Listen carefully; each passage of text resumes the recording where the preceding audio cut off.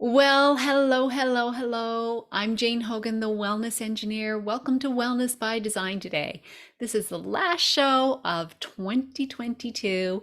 And so I thought I'd just reflect a little bit today on my personal goals for this year, how I like to end the year, and just to share some of that process with you.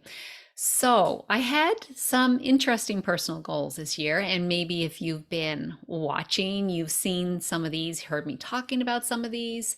So, one of them was that I wanted to do 52 dips, cold water dips. So, one dip a week for 52 weeks. I live across a road from a big river, and so I'm really lucky to have this river right in my on my doorstep. And I live in Newfoundland, so it's cold a lot of the year. The summertime it wasn't. So almost done. I'm recording this I think about a week before it's being released. So I still have two more dips to do to finish, but then I'll be done. So what have I learned with that? I learned that having public accountability really made me do it, because whenever I was going down, especially when it was cold, when I'm going down to the river when it's cold, I'm like, I don't want to do this, but I said I would do it, so I got to do it. So having public accountability makes me do things. So that was good. Cold water dips are fabulous for lowering pain and inflammation, for just making you feel good, for bringing you into the present moment, especially when it's very cold. It's really good for mental health and well-being. And there's lots of science behind this as well. It's actually not that this was one of my goals, but it can help people lose weight as well. Anyway, for me, I just like it. I just feel good afterwards. And so the big question people keep asking me is, are you going to continue? And here's the thing. This book I read this year, Tickled, talked about by Duff McDonald, talked about the problem with quantifying everything. And I can see what he's saying, how it is a problem. Like if I was dipping to make me feel good, that's one thing. If I'm dipping to say I've done check off number 50 of 52, then, and if I don't get it done, then is that a failure? It's kind of like too much obsession on the numbers. So I think what I'm going to say is I'm going to keep doing it. I'm going to keep doing it because I want to feel good. Whether I'm going to, absolutely do every week, sometimes it may not be convenient, and I'm going to be okay with that because I want to do it when it feels right for me. So this will be another whole experiment for 2023 then, to see, well, how did I do with that without having that accountability of saying I was going to do it every single week? Did I stick with it? So that's one thing that's kind of interesting. Um, Another goal of mine for this year, along a similar vein, was I wanted to read 52 books in 52 weeks. I'm on book number 50 now, so just about there. I expect to reach my goal. But once again, okay, what have I learned? It forced me to do a lot more audiobooks, which is an interesting way to listen. I am definitely more of a visual learner, so I realize I don't some books that I just listen to, I almost bought them then because I wanted to have the real hard copy book in front of me. I really like the underlining part and being able to go back and find that spot and putting tabs in the book. But um, it would have taken a lot more time because I tended to listen to audiobooks when I wanted my eyes to have a rest because I'm on the computer a lot all day.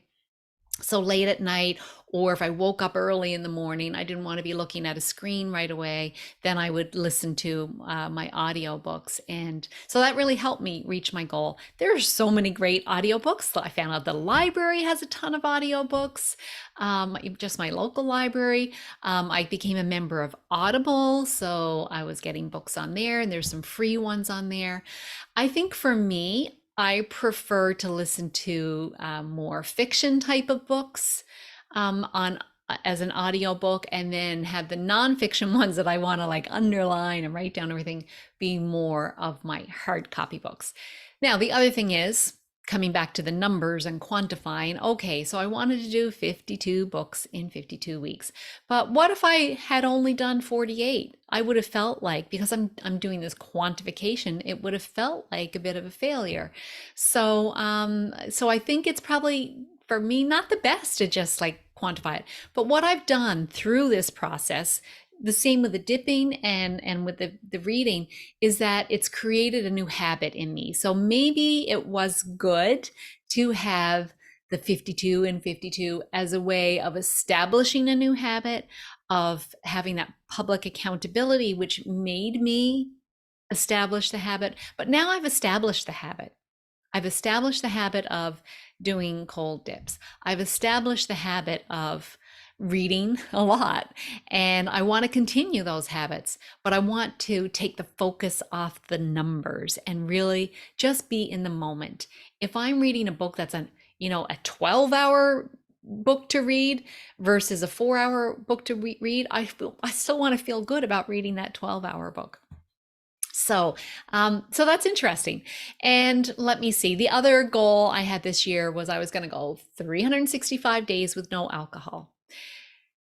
So I actually went, I don't know how many days, but I went until October. And I still had planned to go the rest of the year, but I was doing some traveling in October. And my goal with alcohol was not to never have alcohol again. I just wanted to remove the habit of alcohol. And because I found I was kind of getting into a habit of, it was my little reward at the end of, on a Friday night. And then it was sort of like kind of creeping into more days during the week. And, I'd have one glass and maybe I'd have a second glass. And I just didn't want to be beholden to alcohol. I wanted to remove that idea that alcohol was a reward. And I actually succeeded in that. I really do not feel that anymore. It took a while though. For the longest time, I was still feeling on Friday nights like, what's my treat? And I had to substitute some other things. But now I don't even feel I need the substitution. It just kind of doesn't even really occur to me. So really pleased with that.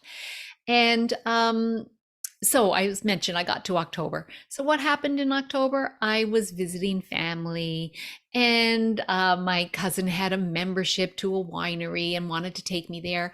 Well, to me, that felt like a situation where, do I want to be like a stick in the mud and say I'm not having any alcohol because I said I wasn't going to have any for 365 days? No, I felt like that was a time when I could let go of the number. So maybe I was already starting to let go of this number, being beholden to numbers. So I had a glass of wine and it was fine. And there were a few more situations too while I was on holidays, while I was traveling. Um, and but it didn't kind of get out of control. Although I did feel like once the floodgates were open, it was easy to have more. So I still want to kind of come back to basically being someone that doesn't drink alcohol, but occasionally I may have something, because for me it's really hard, or it's a very slippery slope. And it's no wonder, because just think, alcohol, really, wine is like, it's a sweet drink, and our brains are wired to want sweetness. That's why sugar is so hard to give up. That's why we're so addicted to alcohol. It's another form of sugar, and so our brains are wired to keep us addicted to it. So I just find it kind of easier to not have it in my life, not have it in my home for sure. And just not having the habit. Actually, I can have it in the home now, and I don't even really want it. So that's a good thing. I'm kind of pleased with those things. So I wanted to share, this was my business vision board that I made last year, but something that I love to do is make a vision board. And so I start off the year, I kind of think about what some of my goals are going to be, and then I find a little visual representation of that, and then stick it on. I love this one. I use this one. This has been 2 years now. I think I use this. I can take it off and I can just hang new pictures from this little clothesline. And I really enjoy having this. And I have it on my desk here where I see it every day. My word, I don't know if you can read it, but my word of the year was shine. That was the one I had for 2022, which made me feel shiny. So I'll tell you a little bit about my process. So I like to first of all reflect. I love to do this on New Year's Eve. To me, this is what New Year's Eve is about.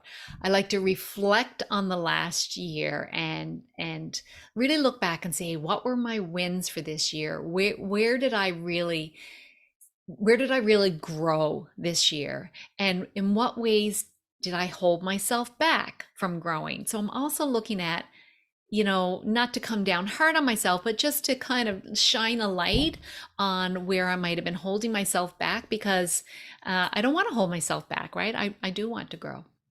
So I spend a little time reflecting on the past year, and then I make some decisions on what I want to accomplish or do, or how I want to expand in the coming year. So last year, this is where I came up with some of these, the ideas of the books and the cold water dipping and the no alcohol. So I come up and I call them decisions.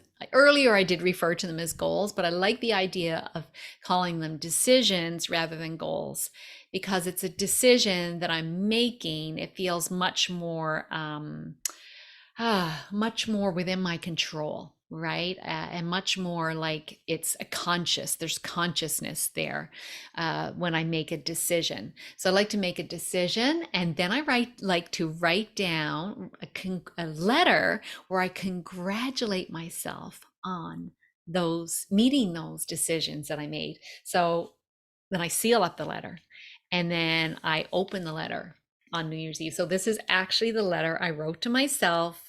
So if you're listening, it's just a regular old letter, Jane, to open December 31st, 2022. And I got my word shine written on it. So this has been on my night table drawer.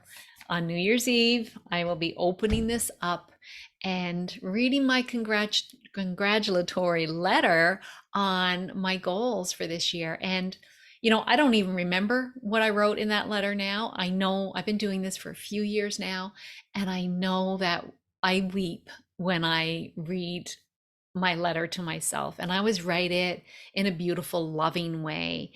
And you can get very specific, but sometimes I like to keep it even a little bit open. So I may not specifically say, and maybe I did, maybe I didn't, I don't really know, congratulations on doing your 52 dips. I might not have said that. I might just have said something general, like congratulations on striving to bring cold water therapy into your life on a regular basis, right? So so make it kind of fit however the situation came out. But when we do this, especially when we handwrite it, we're telling our brain this is important. And if you can keep that somewhere where you see it a lot, it'll keep reminding you, right, I made some decisions about what I wanted to do this year, and you're keeping them front of mind all the time when you see it. So there you go. And then a word of the year. I like to come up with a word that just makes me feel really happy, represents my goals, how I wanted this year was to shine. I really wanted to kind of be out there a little bit more, and to just really love on myself a bit more, and let my light shine. I mean, we all have a beautiful light, but it's also not just my light, but also to shine a light for others, shine a light on them, and how wonderful they're doing, like my clients or people in my programs, people that I work with, friends, family members, to see their light all the time. And so that word for me was really special. I haven't picked out a word yet for 2023. I'm still like trying to like distill down what is that feeling I want to capture. All right. So, yeah, love my New Year's Eve letter to myself. I'll be opening up that soon. Really excited. And of course, I'll be writing another one that will take me into 2023. So, when you write this letter, you write it as if it is that date. So, when I was writing this letter, I was writing it as if it was already December 31st, 2022. And congratulating myself on those. So like, Jane, I'm so proud of you that you did this. I'm so happy for you, that kind of vein. So that's what I do. Now, I'd like to write it on New Year's Eve. I may not write it on New Year's Eve. I think last year I wrote it a little bit after New Year's Eve because sometimes it might take me a little while to really kind of gather up the images that match my decisions for the year. So, way I like to do this is just, start Googling, grabbing pictures. Normally, you want to make sure things are copyrighted, but for your own vision board, really doesn't matter. Put them together, put them in a place where you will see it every day to remind you of what your decisions are.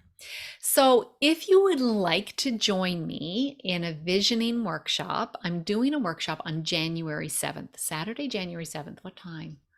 Uh, Noon to 12 Eastern time on January 7th. So I'll have a link in the show notes if you want to join me. This is just, I'm going to be leading you through a guided meditation where I'll take you to your future self. And this is really, really powerful where you meet your future self and you get advice from your future self on how to get to where she is or he is. So I'll do the guided meditation. I'll have some journaling prompts for you. So we just do this in real time. I'll set some music. You sit down and you write the answers to these questions right then. It'll really help you focus on what you want in your ideal future, because that's what we want to get to, right? Our ideal future. Why would we want to get to anywhere else than what we believe is our ideal future? Our desires are coming from our soul, I believe. So I'm going to help you connect with that. And then I'll have some ideas on word of the year if you want to do that, and some guidance on how to write the letter. So if you'd like to join me, it's always a lot of fun, and we'll be doing all of that in real time, January 7th. So, my friends, thank you so much for joining me today on this episode of Wellness by Design. And this is all about intentional living, right? So I always have this one word of advice. What's one baby step you can take to create healing in your body? And I would say that one step is to vision that version of yourself that you want to be. Vision that version of yourself, hold it in your mind, come back to it over and over again. And your quantum physics tells us that this physiology will have no choice but to move towards that. All right, you have a great day, my friend. And if you know anyone that needs to hear the message today that I shared, please feel free to share this podcast with them. And I'll see you again next time.